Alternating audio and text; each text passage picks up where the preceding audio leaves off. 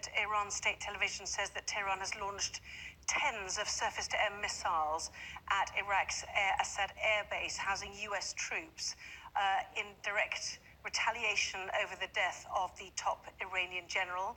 State television described as Tehran's revenge operation over the killing of General Qasem Soleimani. US forces could not be immediately reached for comment. This is according to the Press Association.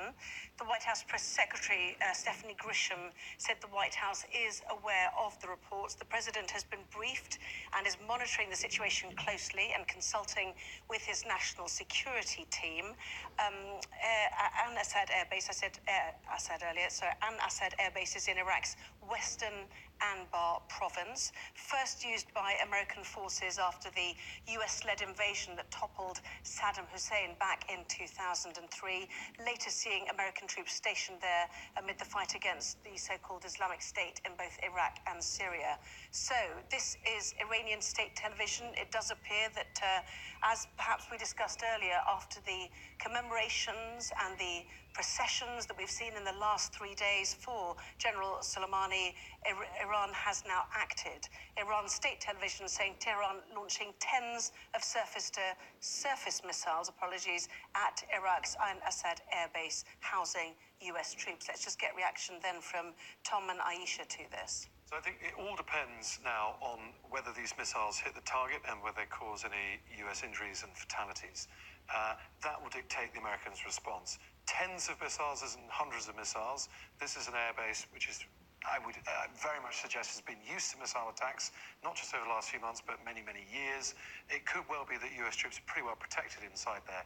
If the Iranians get lucky and the Americans get extremely unlucky, and there is a considerable loss of life, then I think we enter a brand new stage of all this. If we don't, then this may just quick. And the unlucky could be if a US service personnel dies in this. Is that the suggestion? Is that what you're saying? I think not just the US service, but several or multiple US service personnel. If they get lucky, if they hit a dining tent or something like that, a very sort of vulnerable area, then this will then escalate quite dramatically. It could well be, and let's also factor this in, the Iranians may not want to actually cause a large amount of US loss of life, because that would then mean an inevitable escalation for the US. They want to hit back symbolically to say they're strong and powerful, but not actually kill that many people after all. How do we know that? I mean, this is the huge anxiety that everybody has about the situation. You've got a very, very hot-headed president who, Soleimani was a terrible person, there's no doubt about that. But he has done something, he's crossed quite a big line to go in and do something so inflammatory in an already difficult situation. I don't think they will be going to strike to just make it symbolic. I think they will want to draw some blood, literally. They're pretty muscular as a nation. They feel quite humiliated by what has happened. And I don't think we should sleep easy tonight. I think this is a very, very worrying development. And I hope that we will be hearing from the Prime Minister himself on this very soon.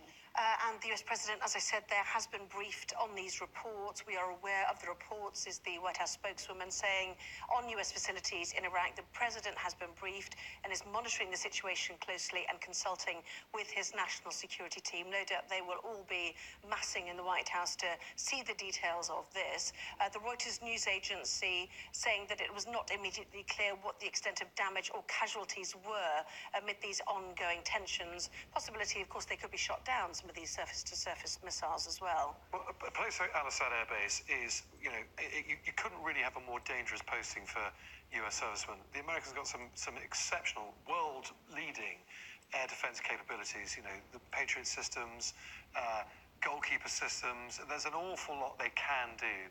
I think we have to wait literally for the dust to clear to see precisely what the ramifications of this will be. Tom, thank you.